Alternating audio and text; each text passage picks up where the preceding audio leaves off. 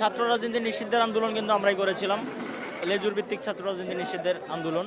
এবং আমাদের সেখানে কিন্তু আমাদের যে দাবি ছিল সেখানে উল্লেখ ছিল যে একাডেমিক এবং হচ্ছে আবাসিক প্রাঙ্গণে হচ্ছে কোনো ধরনের রাজনৈতিক কার্যকলাপ করা যাবে না এবং লেজুর ভিত্তিক ছাত্র রাজনীতি নিষিদ্ধ। এখন আমাদের যে যেই আত্মপ্রকাশের যেই সংবাদ সম্মেলন ছিল সেখানে কিন্তু আমাদের স্পষ্ট করে দেওয়া হয়েছে যে এটা কোনো সংগঠনের লেজুর ভিত্তিক করবে না এবং অন্য কোনো সংগঠনের সাথে এটার কোনো মিল থাকবে না, আদর্শিক মিল থাকবে কিন্তু হচ্ছে মানে যারা জুলাইকে যারা ধারণ করে এরকম যে কেউ হচ্ছে আমাদের সাথে এসে রাজনীতি করতে পারবে। সেক্ষেত্রে হচ্ছে কেউ যদি অন্য রাজনৈতিক আদর্শে যদি থাকে সেখান থেকে বেরিয়ে এসে আমাদের এখানে যোগ দিতে হবে। এখন ঢাকা বিশ্ববিদ্যালয়ের কমিটি এবং হচ্ছে কেন্দ্রীয় কমিটির কথা সামনে আসছে, তো বিশ্ববিদ্যালয়ের হলের কমিটি কি দেওয়া হবে কিনা সেটা আমরা পরবর্তীতে সিদ্ধান্ত নেব।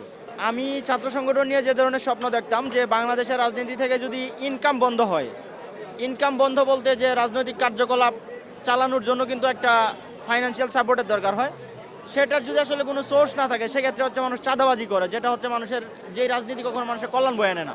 তো আমাদের এখানে যে সদস্যরা থাকবে সেই সদস্যরা মাসিক একটা চাঁদা দিবে, যেটাকে আমরা অবদান হিসেবে রাখছি যে মাসিক অবদান। এছাড়াও যেই বিভিন্ন স্পন্সর থাকবে সেই জায়গা থেকে আমাদের যেই আর্থিক যে সংকলন সেটা হবে। সুতরাং আমি মনে করি যে এই রাজনীতি এবং এই ছাত্র সংগঠন কখনো কারো কল্যাণে মানে জনকল্যাণে বাধা হবে না।